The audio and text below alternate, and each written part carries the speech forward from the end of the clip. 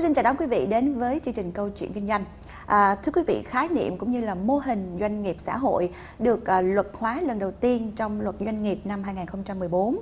Tuy nhiên sau đó 2 năm thì chỉ có một doanh nghiệp đăng ký là doanh nghiệp xã hội. Và cho đến nay thì dường như thị trường của chúng ta vẫn chưa quen lắm với mô hình này. Và trong chương trình ngày hôm nay thì chúng ta sẽ được tìm hiểu nhiều hơn về khái niệm doanh nghiệp xã hội. Và Tú Trinh xin được giới thiệu hai vị khách mời đặc biệt của chương trình ngày hôm nay. Đó là bà Trần Thiên Trà, là Chủ tịch Tổ chức Hỗ trợ Cộng đồng Doanh nghiệp Xã hội Việt Nam, và giáo sư Louis David Benyaer đến từ Đại học ESCP châu Âu và trường CFVG Việt Nam.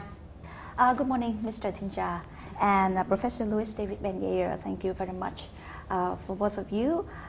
To joining our program here today for a discussion around the concept of social enterprising. In Vietnam, the law and regulation have been set out for the social enterprise since 2014.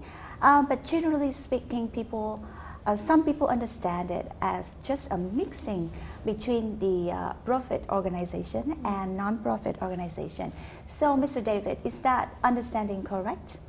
Well, actually, in Europe and in North America, the concept of social enterprise is quite vague, and there can be many different options. Okay. What we can see in Europe, it's some non-profit organizations are social enterprise, and some for-profit organizations are social enterprise. So we can find both situations, at least in Europe. So it's also new as well, not in Vietnam, but also in the world, right?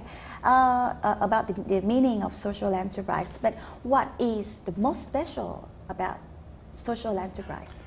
I think a way of making it simple is that social enterprises are companies or organizations that have two types of objectives. One objective is social, like education, health, agriculture, whatever. And at the same time, they pursue business objectives. They have clients, they have sometimes shareholders, they have suppliers.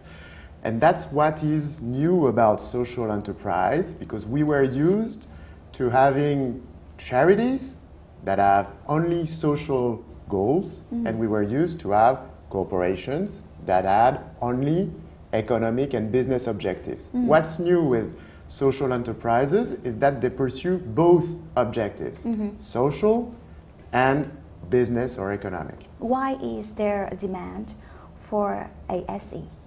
Actually, in Europe, there is at the same time several factors. First, we have massive unemployment and economic crisis since 2008. It not started in 2008, but since then it's getting bigger. So we have more and more, let's say, social problems. At the same time, corporations, companies, they are challenged by citizens or consumers.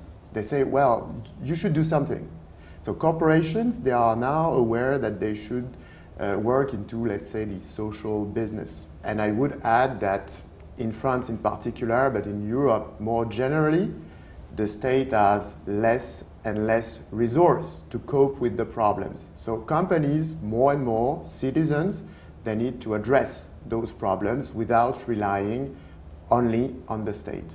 So, Mr. In Vietnam, actually, I myself also not really similar with the definition of SE.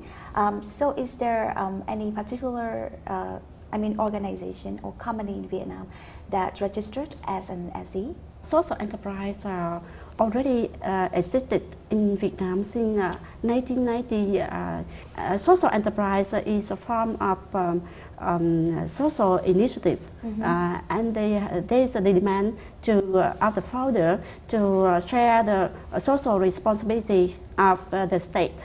We have many social enterprises in Vietnam. Like in education, we have some training and consultancy centers that they support they create vocational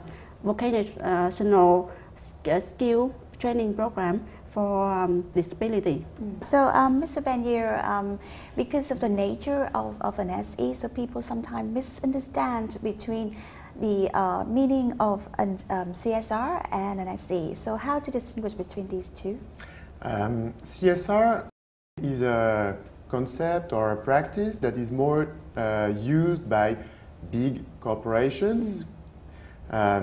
Social responsibility is something that they have been really incentivized to consider.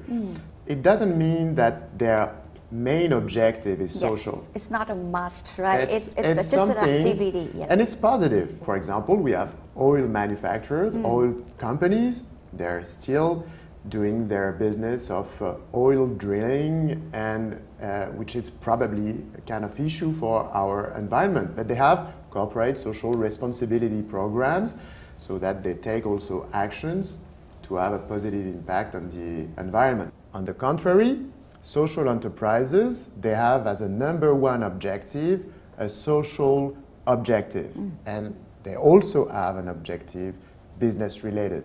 In another hand, can you tell us a little bit of the differences between an NGO, a non-profit organization, and an SE? Traditionally, charities or NGOs, they collect funds either by individuals or by companies, and they have a only non-for-profit objective, like education. They do not sell products or services. They collect funds and they lead activities to improve education, to solve problems. But what we observe is the emergence of new types of companies that do not collect funds by donations, but they are operating in the market. They are selling services, like, for example, in a restaurant. A lot of restaurants in Europe, for example, employ people that have problems finding jobs. So that's the main difference. They do not collect funds the same way. NGOs and charities receive donations. Social enterprises, they sell products and services. And they will do, their social responsibilities, activities, right? Yeah. Well, thank you very much, and we will talk more about the challenges and obstacles of an SE in the later part. Thưa quý vị, chúng tôi vẫn đang trò chuyện với hai vị khách mời về khái niệm doanh nghiệp xã hội tại Việt Nam cũng như trên thế giới, và chúng tôi sẽ tiếp tục chương trình sau ít phút giải lao.